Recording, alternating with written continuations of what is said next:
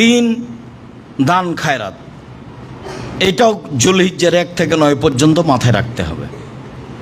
4 তাসবিহ তাকবীর, বেশি না পড়লে 1 তারিখ থেকে চলবে। আল্লাহু আকবার, আল্লাহু আকবার, লা ইলাহা ইল্লাল্লাহ, আল্লাহু আকবার, আল্লাহু আকবার, ওয়ালিল্লাহিল হামদ, আল্লাহু আকবার কবীরা, আল্লাহু আকবার কবীরা, আল্লাহু আকবার কবীরা, আলহামদুলিল্লাহি কাসীরা, আলহামদুলিল্লাহি কাসীরা, আলহামদুলিল্লাহি কাসীরা, সুবহানাল্লাহি বুকরাতাও ওয়া আসীলা, সুবহানাল্লাহি বুকরাতাও ওয়া আসীলা, সুবহানাল্লাহি বুকরাতাও ওয়া আসীলা। এছাড়াও সুবহানাল্লাহি ওয়া বিহামদিহি, সুবহানাল্লাহ, যেভাবে আপনার তাসবিহ অনুকূলে আসে। কিছুই যদি মনে না থাকে, এটা তো থাকবে। আল্লাহু আকবার, আল্লাহু আকবার, লা ইলাহা ইল্লাল্লাহ, আল্লাহু আকবার, আল্লাহু আকবার, ওয়ালিল্লাহিল হামদ।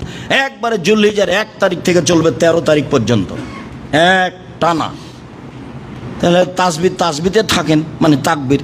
তারপরে ইস্তেগফার, একটু খাস করে সময় বের করেন না, আস্তাগফিরুল্লাহ ওয়া আতুবু ইলাইহি বলেন, আস্তাগফিরুল্লাহ আল্লাযী লা ইলাহা ইল্লা হুয়াল হাইয়ুল কাইয়ুম বলেন, সাইয়্যিদুল ইস্তেগফার বলেন, একটু কিছু বলেন। মুখখান খালি বন্ধ করে চুপটি করে থাকেন কেন?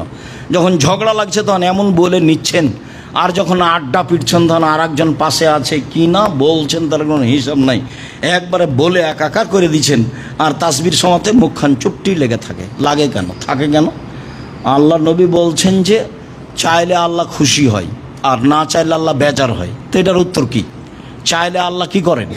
খুশি হন, না চাইলে আল্লাহ বেজার হন। তাহলে এটার উত্তর কি? এটা চেষ্টা করেন, সমন্বিত দিনী ভাই বোন।